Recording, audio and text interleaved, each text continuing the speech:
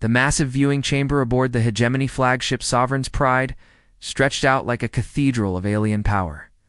12 different species had gathered here, each representing civilizations that had ruled the galaxy for thousands of years. The air itself seemed to vibrate with tension as holographic displays showed star maps covering half the known universe. Ambassador Veltar stood at the center of it all, his forearms moving in slow, deliberate patterns that his species used for formal speeches. The Velothi had been the first to suggest this meeting, and now his satisfaction was impossible to hide. His translator box hung around his neck, converting his clicking sounds into words that all species could understand. "These humans think they can take whatever they want," Veltar said, his voice carrying across the chamber. 47 systems now belong to them. 47. They spread like some kind of disease, building colonies wherever they find a planet that can support life. The other representatives nodded in agreement. Some had tentacles that waved approval, others had crystal formations that glowed brighter, and a few simply stood taller on their multiple legs. They had all watched humanity's expansion with growing concern. Commander Heian stood alone in the middle of all these alien beings, looking small and insignificant in his simple black uniform. The Korean officer kept his face completely neutral, even though he could feel the weight of their stares. His hands were locked behind his back, a habit he had developed during his years of diplomatic service. Council Prime Mordok stepped forward. His entire body, made of living crystal that caught the light and threw rainbows across the walls. When he spoke, his voice sounded like wind chimes in a gentle breeze. "Commander Heian, your species has exactly 72 standard hours to respond to our demands." The demands were simple, but devastating. Humanity would have to stop all expansion immediately. They would surrender 3 of their most important systems: Kepler, Vega, and Altair. These systems contained some of Earth's most productive colonies, with millions of human settlers who had spent generations building new homes. But the worst demand was the last one. Humanity would have to accept protectorate status under hegemony oversight. This meant that Earth would become like a child civilization, unable to make any important decisions without alien approval. Every trade agreement, every new colony, every technological advancement would need permission from the Hegemony Council. The alien representatives looked pleased with themselves. They had done their research on human military capabilities, and what they found was not impressive.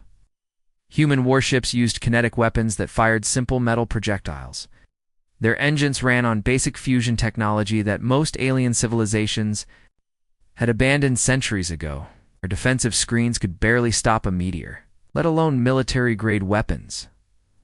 Against the combined might of 12 advanced civilizations, each with fleets numbering in the thousands, humanity's few hundred, ships seemed like toys.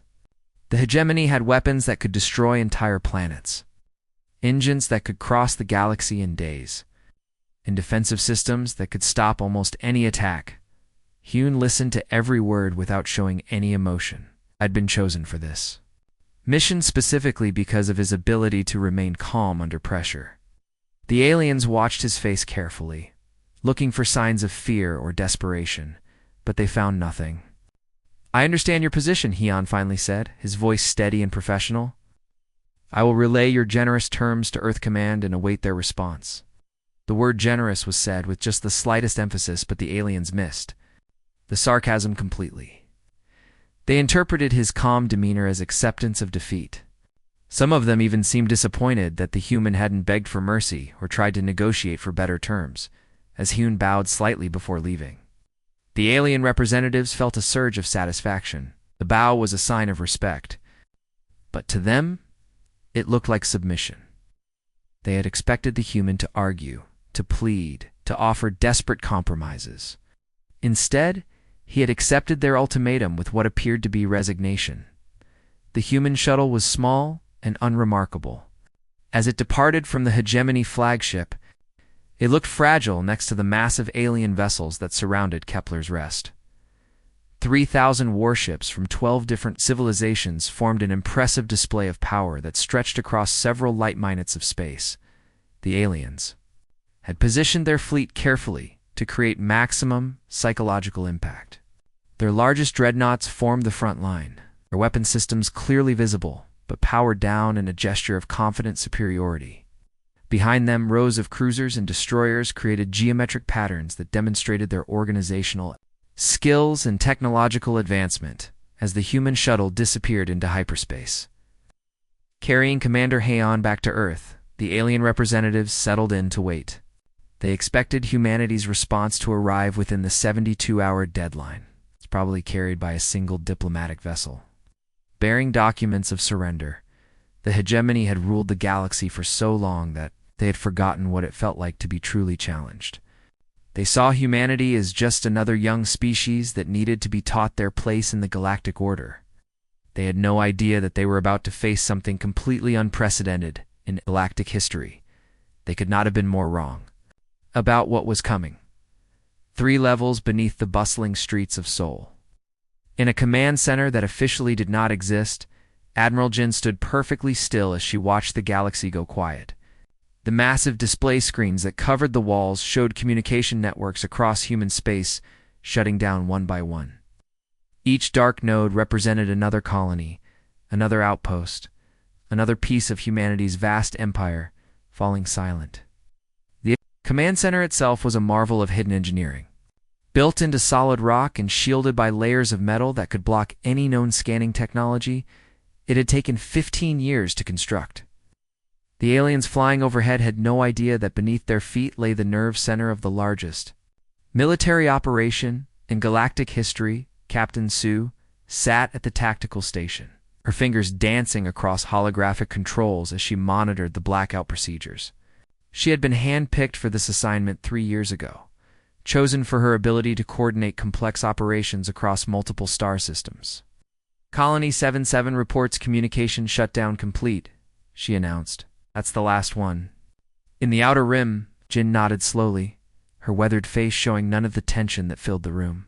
She had gray streaks in her black hair that spoke of decades spent in military service, and her eyes held the steady gaze of someone who had seen too much war.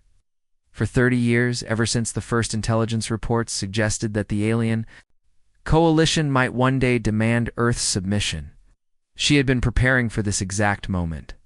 The silence that now covered human space was not random.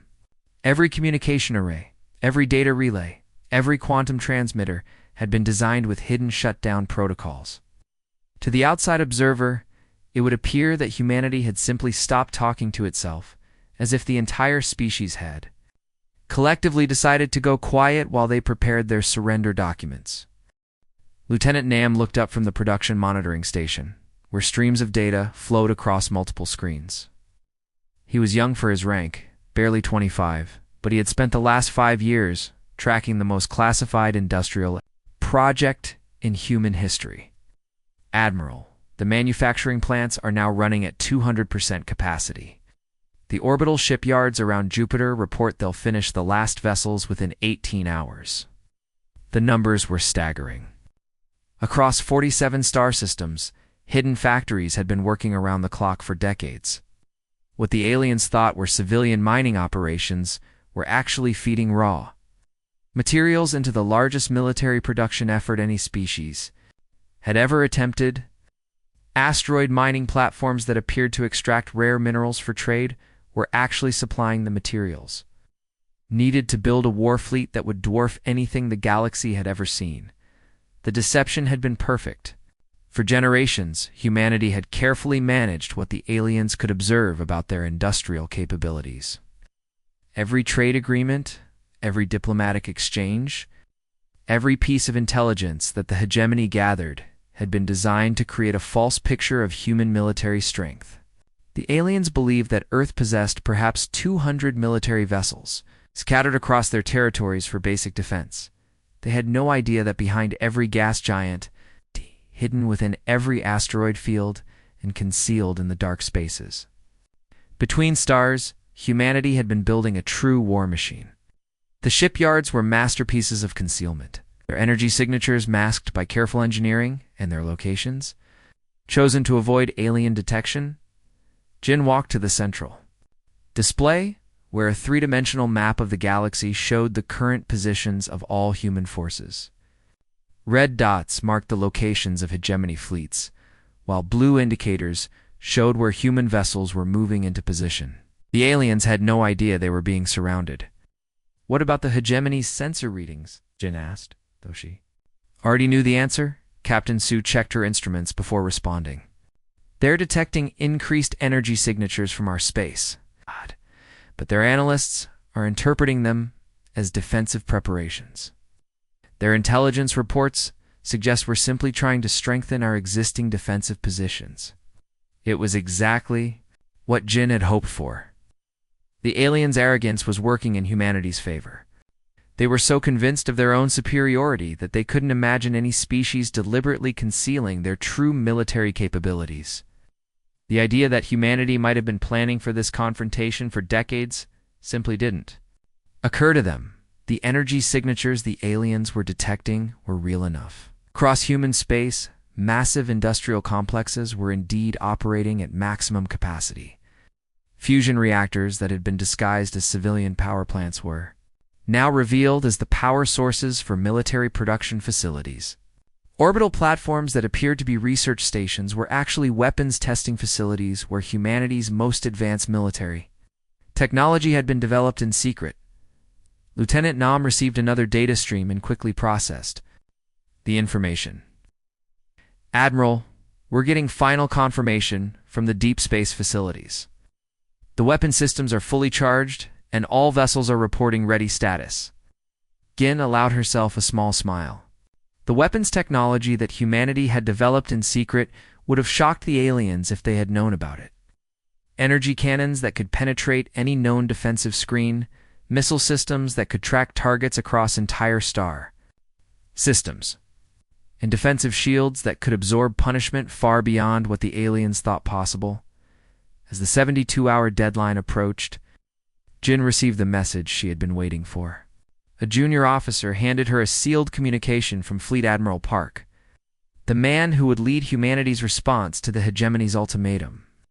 "Signal Fleet Admiral Park," Jin ordered quietly, her voice carrying the weight of 30 years of preparation. "Tell him it's time to show them what Earth really built." The silence was about to end with thunder. The bridge of the Ancient stretched out like a technological cathedral, its curved walls lined with displays that showed information from across the galaxy. Fleet Admiral Park stood at the center of it all, his hands clasped behind his back as he surveyed the controlled chaos around him. The massive flagship was 3 kilometers long and packed with the most advanced technology humanity had ever created. But to look at Parks.com expression, he might have been standing on the deck of a pleasure cruise. Around him, dozens of officers worked at their stations with the smooth efficiency that came from years of training. Their fingers moved across holographic controls. Their voices carried quiet reports through the air, and their eyes never left their displays. These were the best of the best, handpicked from Earth's military academies and trained specifically. For this moment, Commander Lee sat at the sensor station. Her array of instruments capable of detecting objects across multiple star systems. The data streaming across her screens showed the positions of every ship within 100 light-years. But her attention was focused on one particular location. "Admiral, we're detecting movement from the hegemony fleet at Kepler's Rest." There, maintaining their demonstration formation, Park allowed himself a grim smile. The alien fleet had arranged itself in perfect geometric patterns that were designed to showcase their power and intimidate anyone who approached. Massive dreadnoughts formed the front line, their weapon systems clearly visible even from long range. Behind them, smaller vessels created intricate designs that demonstrated the aliens' technological superiority and organizational skills. The formation was impressive, Park had to admit. 3,000 warships representing 12 different civilizations, each more advanced than humanity was supposed to be. The aliens had positioned themselves with the confidence of predators who knew their prey had no chance of escape. They had no idea what was coming for them? "Status report on the fleet?" Park asked, his voice carrying easily across the bridge despite its conversational tone. Captain Kim looked up from the fleet coordination station, where she had been monitoring the readiness of thousands of vessels scattered across nearby space. Her screens showed ship after ship reporting green status lights, their crews ready and their weapon systems charged. All vessels report ready, sir. 8,000 warships in the primary assault group, with support elements bringing our total to 12,000 vessels. The numbers were staggering. 12,000 warships represented more military power than most alien civilizations possessed in their entire fleets. The fact that humanity had built such a force in secret, while maintaining the appearance of a peaceful species with limited military capabilities, was an achievement that would have been impossible for any other civilization to accomplish. But humanity had advantages that the aliens couldn't comprehend. Earth's population of 12 billion people had provided the workforce needed for the most ambitious construction project in galactic history: automated manufacturing systems that operated continuously, hidden factories that never stopped producing, and resource extraction operations that had been disguised as civilian mining had all contributed to the creation of a war machine that dwarfed anything previously imagined. The ships themselves were marvels of engineering. Each vessel was twice the size of comparable alien warships, their hulls constructed from materials that had been developed in secret research facilities. Their weapon systems used technology that officially didn't exist, and their defensive screens could absorb punishment that would destroy any known alien vessel. Communications. Officer Wan looked up from her station, where she had been monitoring the secure channels that connected the fleet to Earth Command. Sir, we're receiving final authorization from Earth Command. Admiral Jin sends her regards and confirms that Operation Thunderstorm is cleared for execution. Park nodded slowly. Admiral Jin had spent 30 years preparing for this moment, and now her careful planning was about to be put to the ultimate test. The communication from Earth Command was brief but carried the weight of an entire species' determination. Humanity would not submit to alien rule. Lieutenant Cho, Park said to his helmsman, a young officer who had trained his entire career for this moment, take us to hyperspace. Signal the fleet Operation Thunderstorm is now active. The bridge filled with quiet activity as the order was transmitted to every ship in the Armada. Across the formation, 12,000 vessels began the process of entering hyperspace simultaneously. The coordination required was staggering. But humanity had practiced this maneuver countless times in secret training exercises. The asterisk. Incheon asterisk shuddered slightly as its massive engines engaged, tearing a hole in space-time large enough for the entire fleet to pass through. Around the flagship, other vessels began to disappear into the swirling vortex of hyperspace. Their destination, a neutral station, where the Hegemony Council waited for humanity's surrender. The aliens expected a single, diplomatic vessel carrying documents of submission. Instead, they were about to face the concentrated fury of an entire species that had been preparing for war while pretending to be peaceful. Every trade agreement, every diplomatic exchange, every seemingly innocent cultural contact had been part of a vast deception designed to lull the aliens into false confidence as the last of the human vessels entered hyperspace. Park allowed himself a moment of satisfaction. The galaxy had underestimated humanity for the last time. Aliens had mistaken restraint for weakness, diplomacy for submission, and peaceful intentions for military incapability. The thunder of warships was about to break across the galaxy, and nothing would ever be the same. The space around Kepler's rest had been peaceful just moments before, filled only with the ordered formations of the Hegemony fleet, waiting patiently for humanity's surrender. Then reality itself seemed to tear apart as thousands of holes opened in the fabric of space-time, each one glowing with the brilliant energy of hyperspace exits. Admiral Valtar stood on the bridge of his flagship, his forearms hanging at his sides as he watched the impossible unfold before his eyes. The first human ships to emerge were larger than anything he had ever seen, their dark hulls gleaming with an almost mirror-like finish that reflected the light of nearby stars. But it was not just their size that froze him in place, it was their number. Possible, he whispered, his translator struggling to convert the clicking sounds of his native language into standard galactic speech. The readings must be wrong. But his sensor operator, a young Velothi with nervous movements, shook his head rapidly. "Admiral, the sensors are functioning perfectly. We're detecting 12,000 human vessels, all of them significantly larger than our largest dreadnoughts. 12,000. The number echoed in Veltar's mind like a death sentence. The entire hegemony fleet at Kepler's Rest consisted of 3,000 ships, and that had been considered an overwhelming show of force. Intelligence reports had suggested that humanity possessed perhaps 200 military vessels, scattered across their territories for basic defense. The human ships continued to emerge from hyperspace with mechanical precision, each one taking its assigned position in a formation that stretched across several light-minutes of space. Their designs were unlike anything the aliens had seen before, sleek and angular, with surfaces that seemed to bend light around them. The vessels looked more like weapons than ships, every line and curve designed for maximum efficiency in combat. Commander? Zalthi, the hegemony's chief tactical officer, stumbled over to Admiral Veltar with a data tablet in his six-fingered hands. His crystalline skin was flickering with the rapid color changes that indicated extreme stress. "Admiral, our analysis of their weapon systems, it's not possible, showing energy signatures that exceed our theoretical maximums." Veltar snatched the tablet and stared at the readings. The human ships bristled with weapons that shouldn't have existed according to everything the hegemony knew about physics and engineering. Energy cannons that could fire across distances that would make them effective against targets in different star systems. Missile batteries that appeared capable of launching thousands of projectiles simultaneously.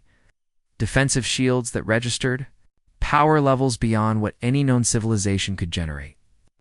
"How did they hide this from us?" Veltar demanded, his voice rising to a pitch that made his translator emit harsh squealing sounds.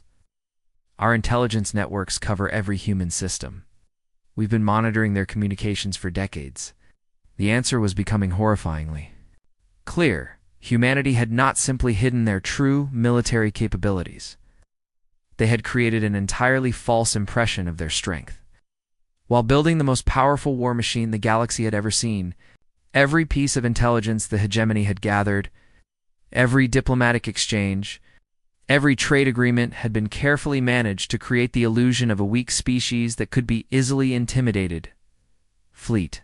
Admiral Park's voice suddenly cut through the communication channels, calm and measured, despite the overwhelming display of force surrounding his words. "Hegemony Council, this is Fleet Admiral Park of the Earth Defense Force. You requested our response to your ultimatum. This is it." The engine moved to the center of the human formation, its massive hull gleaming under the light of Kepler's star. The flagship was a monster of engineering, 3 kilometers long and bristling with weapon systems that made the largest hegemony dreadnought look like a child's toy. Around it, the human fleet arranged itself with mechanical precision that sent chills through every alien observer. Each ship found its assigned position without hesitation, creating geometric patterns that demonstrated a level of coordination the hegemony had never achieved. The formation was not random, it was designed to provide maximum firepower coverage while maintaining defensive cohesion. Every vessel supported every other vessel, creating overlapping fields of fire that would make any attack suicidal. Admiral Veltar realized with growing horror that the humans had not simply built a larger fleet. They had revolutionized space warfare itself. The formation they had created was a tactical masterpiece that would allow them to concentrate their firepower on any target while maintaining perfect defensive coverage. The hegemony's own formation, which had seemed so impressive just minutes before, now looked clumsy and outdated by comparison. "Sir," his communications officer reported with a trembling voice, "we're receiving similar reports from hegemony space. Human fleets have appeared simultaneously at every major world in our territory." The scope of the operation was staggering. While the Hegemony Council had been focused on Kepler's Rest, humanity had been positioning identical fleets throughout alien space. The coordination required to execute such a massive simultaneous deployment was beyond anything the aliens had thought possible. Veltar stared at the display, showing the human formation, and felt something he had never experienced before in his long military career: pure, absolute terror. The species they had dismissed as primitive mammals had just revealed themselves to be the most dangerous predators the galaxy had ever seen. The thunder of human warships had broken across the galaxy, and nothing would ever be the same. The once magnificent viewing chamber aboard the Sovereign's Pride now looked like a tomb. Sections of the curved walls had been blown inward during the battle, their twisted metal surfaces blackened by weapons fire that had somehow penetrated the ship's supposedly impenetrable defenses.